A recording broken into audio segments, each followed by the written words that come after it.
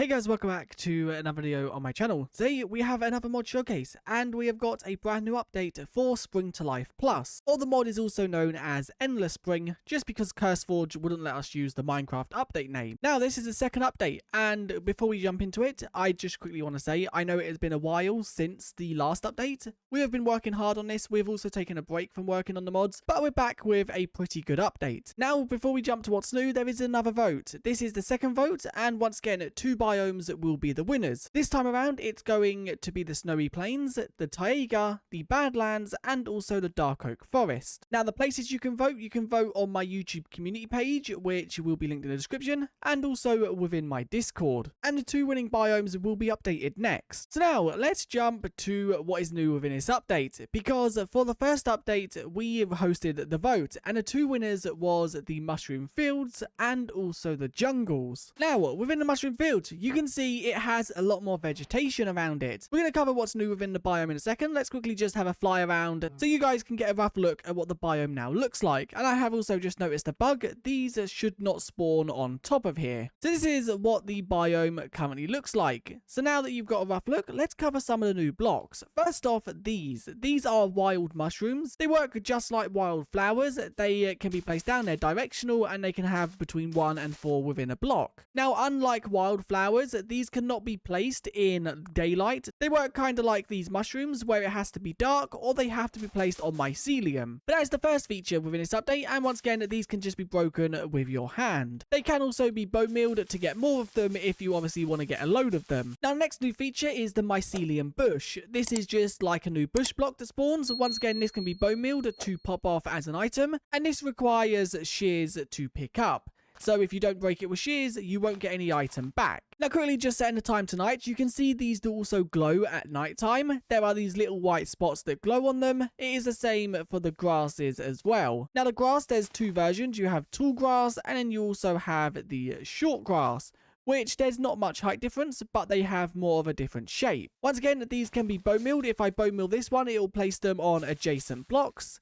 And the short mycelium works exactly the same, where if you bone meal it, it will place it on adjacent blocks. Once again, these do require shears to pick up. If you break them with your fist, you won't get any item. So that's the four main vegetations within the mushroom fields. There are also these two tall mushrooms, which look like so. These work just like the rose bushes, where they can be bone mealed to duplicate more, and these can be placed on any grass-based block, no matter the light level. So that's all the vegetation blocks in the mushroom fields, and once again, the biome does feel a lot more full. It's not so empty and plain now, just with small patches of mushrooms. Now alongside all these new vegetation blocks, there is a new entity that spawns here, and this entity is the Cluckshroom. It's just a chicken with some mushrooms on its back. Now these can be controlled with data-driven variants, so you can add your own variants, and there is also a brown version. If I quickly just summon some lightning, you can see there is also a brown version right here. Now these can also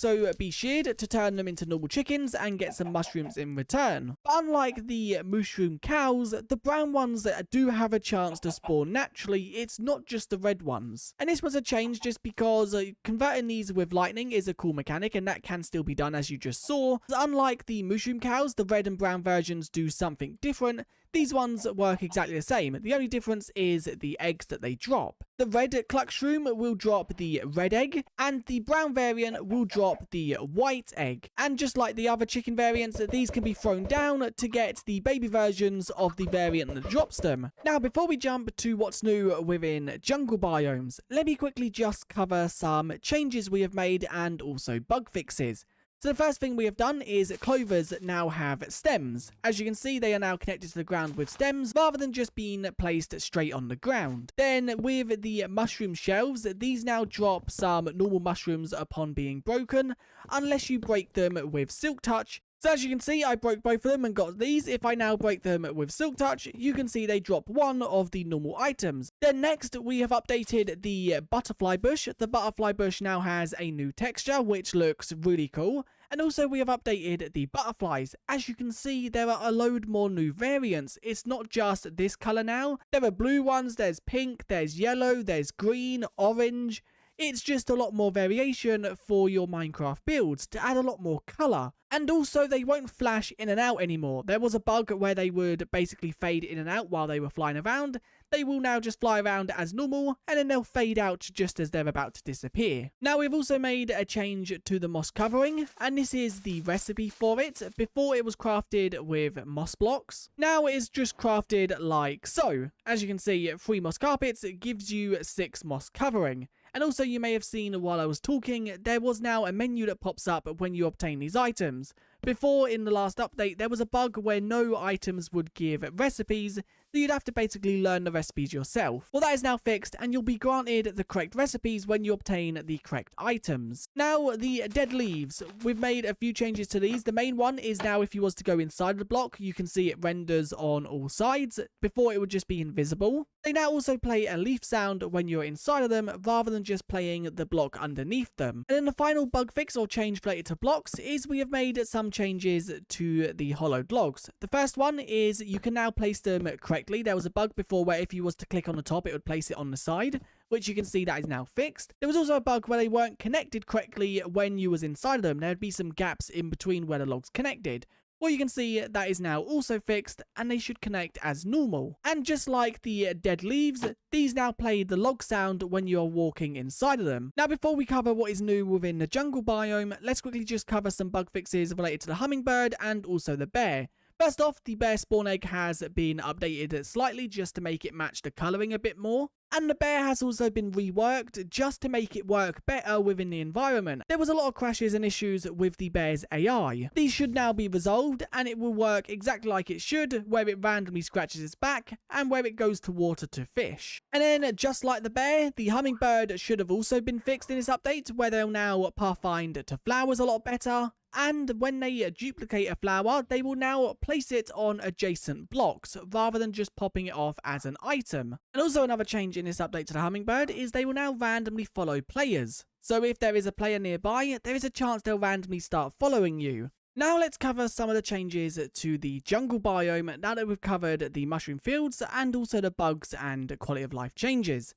So the jungle biome, we've only made a few changes because obviously jungles are very dense as it is, so it's very hard to add to these. But if I fly around this jungle, we should see some new particles from these blocks right here. So within the jungle, you'll find these new blocks. And this is the Rafflesia. I think I'm saying that correctly. I could be saying that wrong. Now these spawn fly particles. You can see there's black flies and then also brown flies. Now these are obviously themed around a real life flower that smell really bad. That is why there are fly particles. There might be a bit too many, that's something I will look into. But these just spawn on the ground inside of jungle biomes. They do also spawn in sparse jungles. They do not spawn in bamboo jungles. But scattered around, you'll find patches of these. That is not the only thing that's new within the jungle. We have also got a new mob. Now if I explore around, we can find this new mob, and here it is. This is the red panda. Now the red panda will do two things. First off, it will sleep of a daytime, because obviously at daytime they don't really want to do much. They'll just find a spot to sleep and then they'll sleep and do nothing. Now if we quickly just wait, this one should find a spot to go to sleep and then it should sleep. There we go, you can see it's now gone to sleep and it will just sit here doing nothing until it's nighttime. Red pandas do not like mobs. This red panda will scare the creeper away, and you can see it makes itself big like red pandas do in real life, and any hostile creature will run away. If I spawn another one, you can see it will flee away from the scaring panda.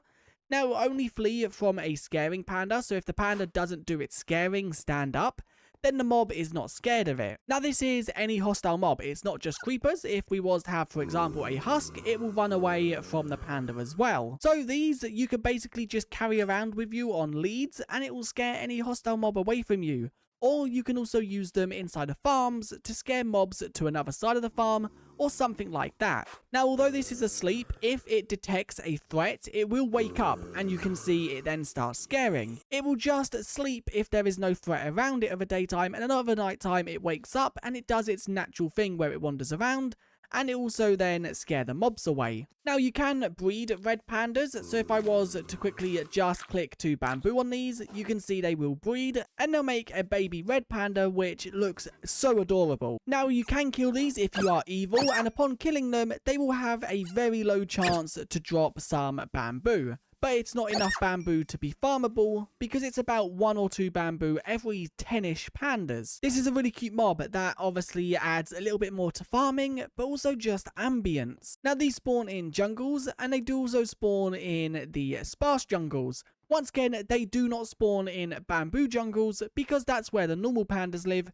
Now along with red pandas, we have also added some new blocks. Inside the game, there is bamboo planks, which is yellow. And there is no way to make this green. Well, in this update, we have added green bamboo. Now this comes in every single block the yellow bamboo comes in, so you can see it comes in trapdoors, buttons, stairs, mosaic slabs and stairs. It also comes in fence gates, fences, doors, and then also boats, rafts, signs, and even hanging signs. Now as for all of these recipes, these are crafted just like the normal bamboo, just using the green variant. Well, we haven't made any changes to how you obtain the yellow one. The yellow one is still obtained as normal from crafting either blocks of bamboo or blocks of stripped bamboo. The new green one is crafted like so. With 4 bamboo like that, you'll get 1 bamboo plank. Although this doesn't necessarily add to the jungle, it does at the same time because it means that you can now build within the jungles with a nice green plank. But anyway, that is it for this update. You can see the creative tab with every feature. We also did fix a few bugs where some things weren't shown in Minecraft creative tabs. That is now also fixed. But once again, if you have any feedback or suggestions for this update, do leave them in the comments or within my Discord.